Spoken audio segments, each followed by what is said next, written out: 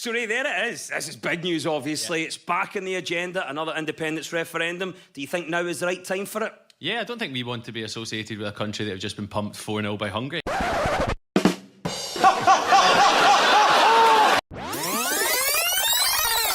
You are the weakest link. Goodbye.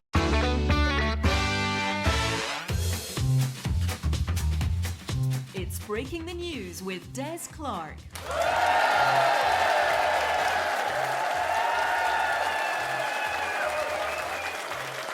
I am Des Clark, and this is Breaking the News, the show that breaks the week's news and asks four opinionated panellists to put it back together again. With me are four fantastic comedians. On my left, we have Amy Matthews and Jamie McDonald, and facing them are Ashley Storey and Roscoe McClelland. Whilst we've been away, Scotland's annual changing of the First Minister took place. Yes, John Swinney became Scotland's 7th First Minister. Bookies currently have him neck and neck with Steve Clark as the 60-year-old bald man most likely to be crushed by the country's expectations. The Liberal Democrats hit the news when they photobombed Rishi Sunak's campaign from the water. The Tories weren't sure what annoyed them most, the fact that they'd turned up to disrupt their campaign or that they'd done so in a small boat. And many parents with young children were in for a surprise when they snuggled down on the sofa for movie night and discovered that Baby Reindeer wasn't the sequel to Bambi. Right, you've met the panel. Let's crack on with round one.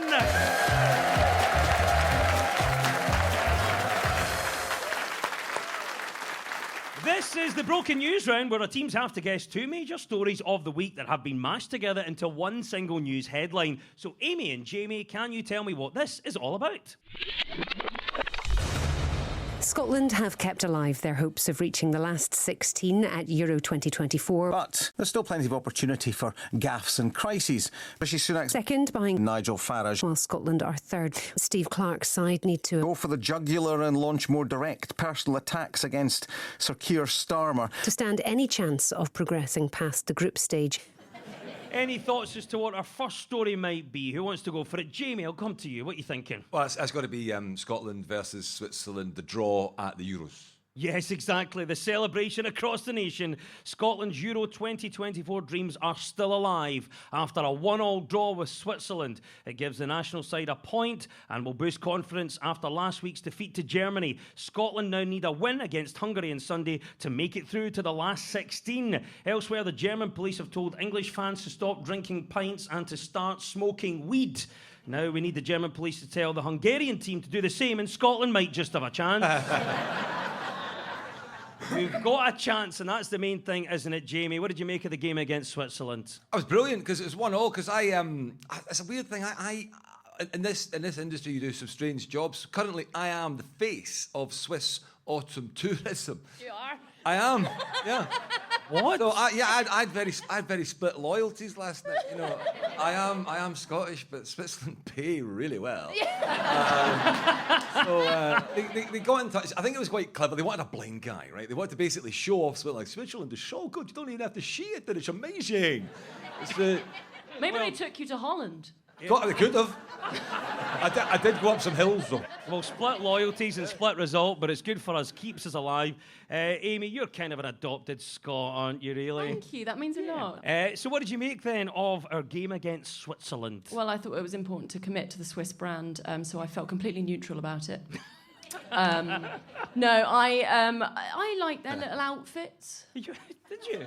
Yeah, I thought it was very sweet. They all had their names on the back of their shirts. That was cute, so they don't get lost when they put them in the group laundry. That was quite charming. I think, I was worried going into this tournament, like, who's going to score for us, really? We just don't have an out-and-out natural striker. But I think what Steve Clark has done is he's such a genius. He's devised some tactic where he's getting the other teams to just score for us. Is that not incredible? Nobody's ever tried it before. Some crazy mind stuff going on, isn't it? How does he do it? I don't know, but one way or another, by hook or by crook, we've got a point. Ashley, we got a draw. No. No. No, we won. We what? Sorry. No, I'm so You're right. sorry. Scotland won last night 7-1 because everybody knows that Scotland goals are like dog ears. And obviously, the Scotland fans have been stars of the show away from the pitch. How do you think Scotland fans have represented us in Germany? What are you thinking, Jamie? Those lads can get pished anywhere, can't they? Really? There's just no town, no pub, no weather. Just like, well, I'm having a crank time. Don't care if we lose, man. I just, fantastic. It's great, isn't Apart it? from the poor boys that have been sent to the dungeons. Do you read about that? Yes, now I have. They've got the people turned up at Booking.com and it was an industrial thing with an axe. Yeah, this has been happening. You might have seen it. Some of the Scottish fans had booked with different travel sites, and the accommodation wasn't quite as advertised. In fact, we had a group of fans, as Jamie alludes to, who were sent to an abandoned German dungeon by Booking.com. They were absolutely furious as they hadn't expected to be tortured in between the games as well. Guys. I think the Scottish coverage in general has been amazing. I never thought I would sit at 1 in the afternoon and watch Pat Nevin try and bounce a ping pong ball into a stein. But there I was yesterday, watching him and Colin Hendry no be able to do it for 5 minutes. I'm like, this is class. And if you compare it to the English coverage, I mean, I assume today there'll be a 20-minute interview about a woman who once sold Jude Bellingham a sausage roll. You know what I mean? He came in, bought sausage roll. Very nice young boy. I thought he's gonna win Euros one day. Have we stepped into the Hovis advert? I'm trying to get a voiceover gig here then. Well done, Amy and Jamie. You get 2 points for that. It was, of course, the latest from Scotland in the Euros. Now to you, Ashley and Roscoe. What was the other story we were after? There is to be a general election. Well done, Ashley. That's the right answer. The general election campaign continues this week. We saw Scottish manifesto launches from the SNP, Scottish Labour, Scottish Greens and the Scottish Lib Dems, with the full Scottish Conservative manifesto launching next week. So far, the National Party leaders all appear to have very different objectives this election. Rishi Sunak is on the race to see if he can make more gaffes than he has money. Sir Keir Starmer is determined to become the country's most successful son of a toolmaker. Whilst Ed Davies just trying to make the most out of the wetsuit he got for Christmas. Well, there you go. So much to unpack. Ashley, what have you made of the election campaign so far? I don't think that Rishi wants to win. I think that he desperately, because it's the 4th of July, which is American Independence Day, and he needs to get the kids over to Muscle Beach where he owns a $7.5 million house so that they can enroll in the new school year and that he can live with Elon Musk and work on AI, because we thought being a Tory was bad enough, but no. He's going to become the parrot on Elon Musk's shooter, like in Aladdin, going, I never had Sky TV, Well, Roscoe, I'll bring you in here. What are you thinking about the election campaign so far? I think they should have like a separate channel for it in like a Babe Station format. You just get to phone in and it's like Keir Starmer on a big flat bed and he's like, oh, my dad was a toolmaker.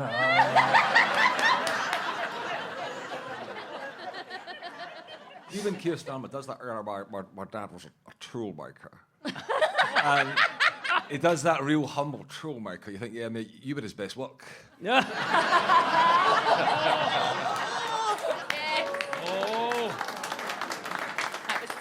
So, Jamie, what are you thinking then? What have been your thoughts on the election campaign so far? I mean, it's just a cast of heroes, isn't it?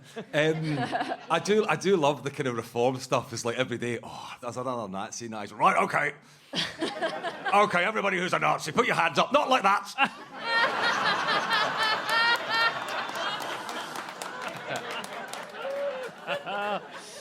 Amy, what about you? What have you made of this election campaign so far? I think Ed Davies been the breakout star, hasn't he? Oh my goodness, he's having the time of his life. Every time we see a picture of him, it looks like instead of a campaign, he's on a sort of mixture of a school trip and a stag do. It's honestly, it's amazing. Every picture of him looks like it's been lifted out of a Centre Parks brochure. He's just having like the time of his life. What are his stances on green energy? No idea. But he kayaks with aplomb, and I think that goes a long way in today's politics. It might be what you need in this campaign. Yeah. Well, let's get on to policy because that's what we want to talk about. Any manifesto promises caught your eye. Ashley? I think choosing who to vote based off of the manifesto policies is like choosing who you want to have a relationship with based off of their Plenty of Fish profile. It's all lies. He doesn't like feminist literature or the Gilmore Girls. He's just saying that to get into your pants. Just like Anna Sarwar isn't going to deliver economic stability with tough spending rules. It's all just a ruse so he can slip into your ballot box.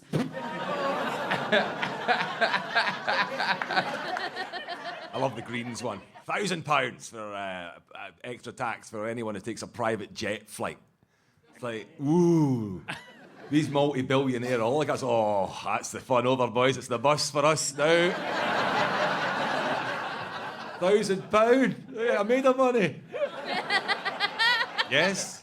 Well, there you go. Obviously, we are marching towards the general election just a couple of weeks' time. But what would it take to get the vote of our panel this week? Very simple answer, fix the trains.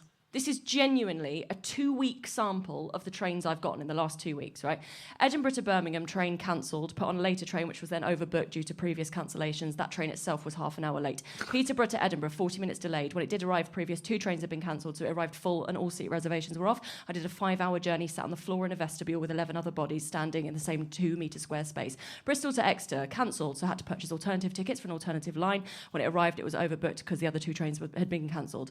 Exeter to Reading, 40 minutes delayed whilst on the service. Reading to Paddington, 30 minutes delayed. Euston to Edinburgh, 4 hours delayed at a standstill on a bit of track outside Wembley. It was then relaunched with a 3.5 hour delay. Cumulatively, I've spent 2.5 hours on the delay repay admin when I got home. I would have done that on the train, but not a single train I had working Wi-Fi, and only 3/4 of them had working plug sockets. £417.76 for the privilege of that service. If Lord Buckethead emerged from the shadows and told me he could fix the railways, he has my vote.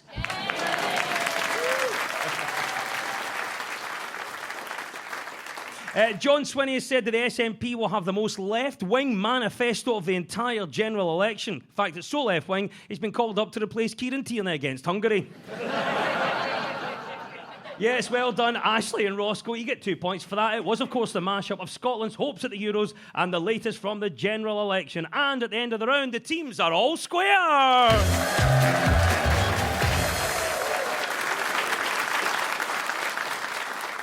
Now, much of our news is about public opinion, so to find out what stories people are talking about, we spoke to 2 friends of the show, Hebridean baker Cognac MacLeod and journalist and YouTuber Claire Johnston. So, Ashley and Roscoe, what do you think Claire is on about here?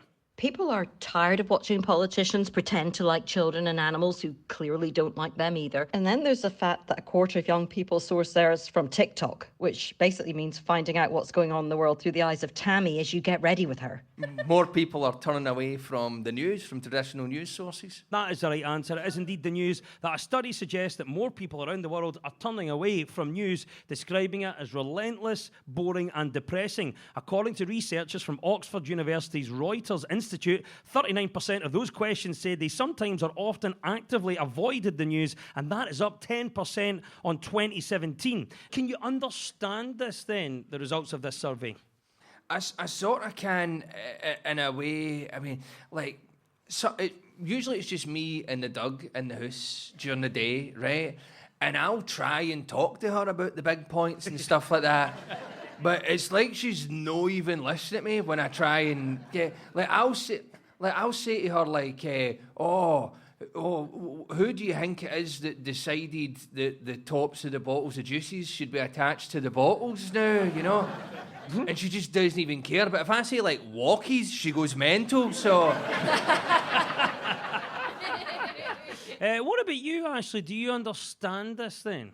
Yeah, I totally understand it. I think it's great not watching the news. It's like Schrodinger's apocalypse. We're both all dying and not all dying at the same time. And as long as we don't look in the box, we'll never know, so we can be happy and we don't have to feel sad.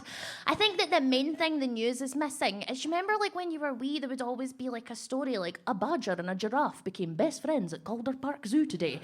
Yeah. Don't get that anymore. It's all just like genocide and that. And I'm like, where are the wee animals water skiing? That's what we're missing.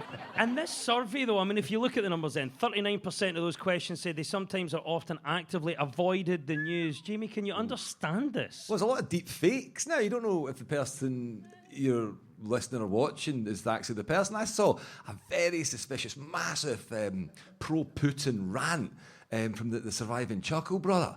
Just like, I just don't see him as that, you know. Amy Matthews, how can we make the news more watchable? Well, you know how ABBA Voyage use holograms? Yes. I think we should have a sort of rotation of fun figures. So imagine how much nicer it would be to digest the fact that Wales is going to be underwater by 2070 if it was Shrek telling you. It'd be lovely. Jamie, how are you improving the news? What are you doing then? How am I making the news more watchable? Yeah. Get my sight back. Whee.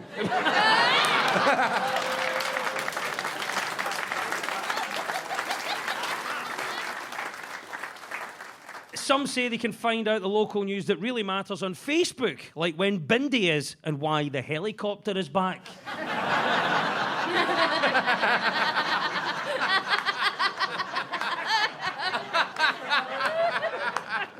Yes, more people turning away from news is the right answer. Well done, Ashley and Roscoe. Right, Amy and Jamie, it's your turn now. What do you think Cognac is talking about here? Dundee is going to be bloomin' marvellous, and I can't wait to see all the garden gnomes. They've got Urwilly, the V&A.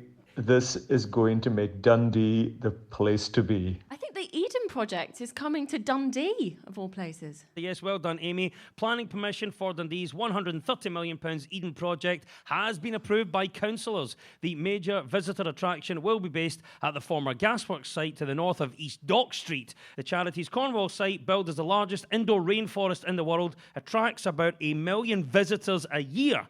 And I wouldn't say Dundonians are excited about the Eden Project, but the city's most famous attraction up to this point is a wee boy sitting on a bucket. The Eden Project coming to Dundee. Are you pleased about this, Jamie? To be absolutely 100% honest with you, don't know why we're talking about it. Is it not just a venue and a cafe? It's like, what's a project about? It sounds quite complete. From that definition, you're right. I mean, it's £130 million. I'm delighted that there's a new place to get a cup of tea in Dundee. I really am. I'm over the moon for the guys. But you're obviously not going to be first in the queue then to go and visit the Eden Project in Dundee. I don't think there's going to be a queue.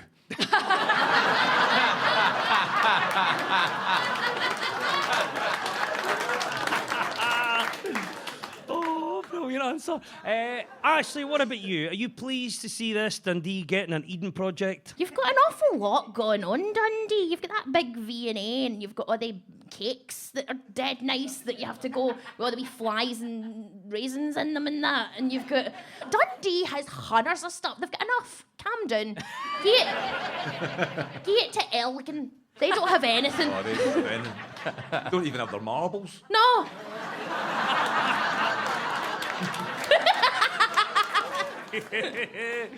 Obviously, the Eden Project is world renowned. Would this make you visit Dundee, Amy? I don't know. I mean, they're getting a reputation for having smaller, slightly lamer versions of things that already exist. So they're having a smaller, lamer Eden Project, a smaller, lamer V&A.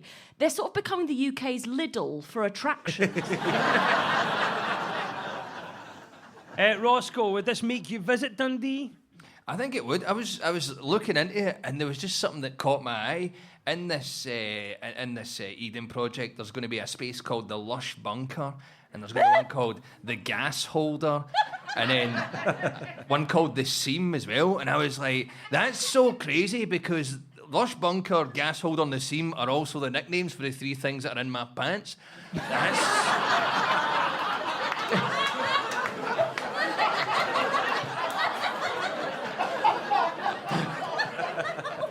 Making way for Eden in Dundee is the right answer, and 2 points go to Amy and Jamie.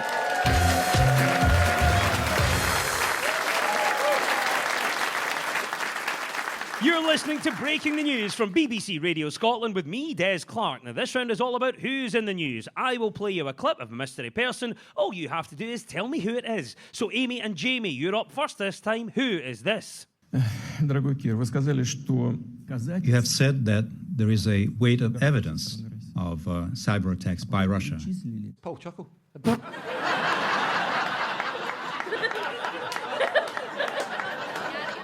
A definite bonus point for one of the Chuckle brothers.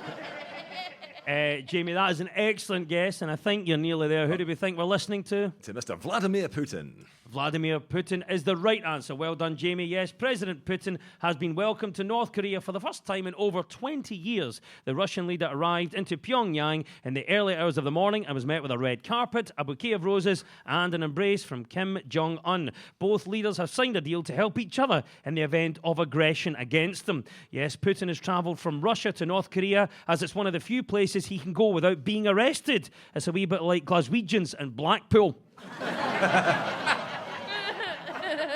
So Putin's made the journey to Pyongyang. Do you think he's struggling for allies? What do you think's going on here, Jamie? Well, I mean, I wouldn't take his calls. I mean, imagine you just don't want to be friends with that guy. You know, just like, oh, honestly, Jamie, tell me, what should I do in Ukraine? I just need to calm it down a bit. Poof.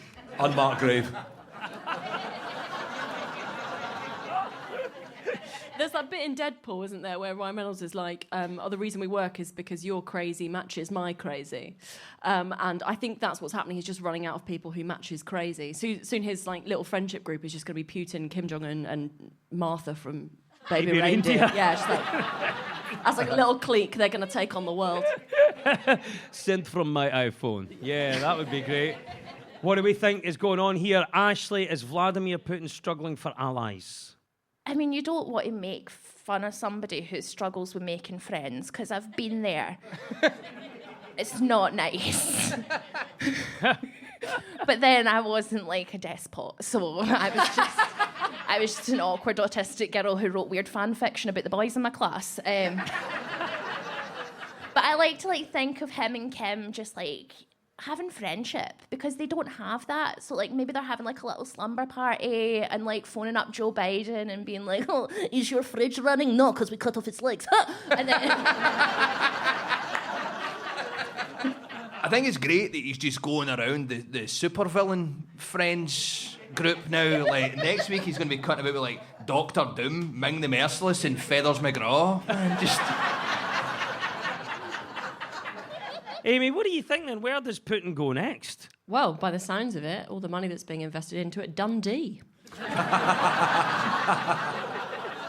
Cracking stuff going on there these days. Hearing great things about it, apparently. Vladimir Putin and Kim Jong-un were pictured amongst grinning North Korean officials, with anyone not smiling kept out of shot. Sorry, taken out and shot.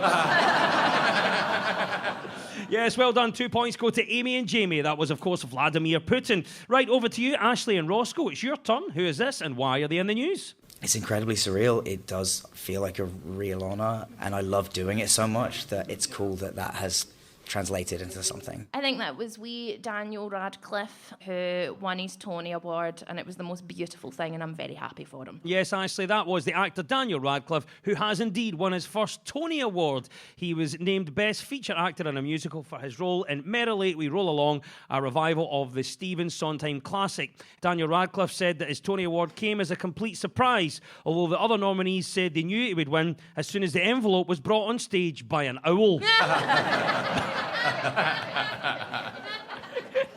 Now, obviously, Daniel Radcliffe will always be known as the character of Harry Potter. Ashley, is there any way that you can ever shake that character off? I think he'll shake it off. I think he'll lean into it, because that's the best thing about being in a famous thing. Is like, do you remember Scotty from Star Trek, like the original Star Trek? All that guy Jimmy did was just go in a wee caravan, run conventions with his wife, and sign stuff and make hundreds of money. And that's the dream, Des. That's what he could do. Do you think he's ever going to shake off the character of Harry Potter? What do you think, Roscoe? not if the tourism sector in Edinburgh have anything to do with it, man. Like, if they could, they would cryogenically freeze that boy and stick him next to Greyfriars Bobby. And Amy, what do you think about Daniel Radcliffe? Is he ever going to shake off this character of Harry Potter? I don't know. I think we should ask the Sorting Hat. Yeah. But no, there was genuinely, but when he first got that role of Equus, that was like the big breakout role, wasn't it, for him after Harry Potter? There was genuinely a part of me that was like, well, thank God James and Lily aren't alive to see this. I also like how they all rebel differently. You know, they all did something to push back on the Harry Potter image. So Emma Watson cut her hair famously, had a pixie cut. Daniel got nude in a piece of theatre. And Rupert Grint's idea of rebellion was appearing in an Ed Sheeran music video, which is so sweet as a rebrand, I think. Absolutely. So so wholesome. Look, they're against type. Well done to Daniel Radcliffe for winning his Tony Award. What would you like to win an award for and why? I think most erratic blind performance in St Pancras Station. Because, and I'll quickly say, because you go in there, I can't find my assistant, there's no assistance point, so what I tend to do is look like I'm about to go mental, and then one of the plainclothes police guys comes up and asks me if I'm all right, and it's like, can you take me to my assistant? Daniel Radcliffe once appeared on stage in the West End naked, standing next to a horse, and it was at that point he decided to give up the drink. Yes, Daniel Radcliffe is the right answer, and 2 points goes to Ashley and Roscoe.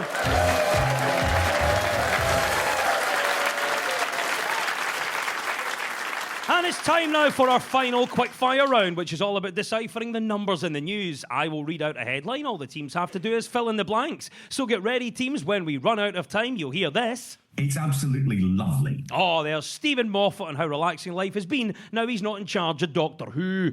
Right, fingers on buzzers, and here we go. 10% of Brits do what when it's sunny outside? Roscoe. Have we rolled up slices of ham for dinner?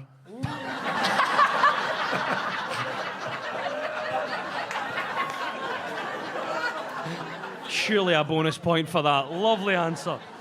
10% of Brits do what when it's sunny outside? Amy. Decide that it's acceptable to walk to the local co-op, taps off. 10% of Brits do what when it's sunny outside? Ashley. Get sunburn. No, I know you're going for the right answer, Oh, aren't yeah. you? No, I want the she points. wants the points. It's not that. 10% of Brits do what when it's sunny outside? Jamie. Instantly start drinking. Should be the right answer, that one, actually. I can give you the answer. 10% of Brits log off work early when it's sunny outside. It's absolutely lovely. Oh, there's a klaxon. Stephen is moffated. It means it's all over. And at the end of the quiz, our winners this week are Amy Matthews and Jamie McDonald. And commiserations to our lovely runners-up, Ashley Storey and Roscoe McClellan.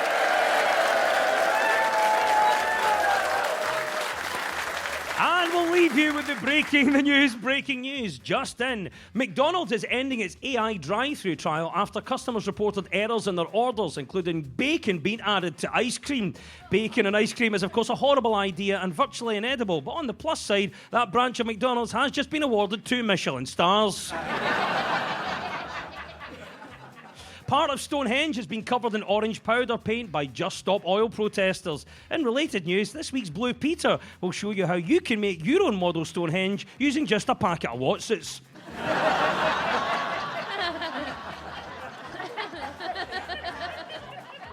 And former Tory donor and Phones For You founder John Caldwell has publicly announced that he is switching to Labour in the upcoming election. To complete the switch, he has to pay an early termination fee. But he does get 100 free texts and 3 months Spotify. The news is broken. I've been Des Clark. Goodbye!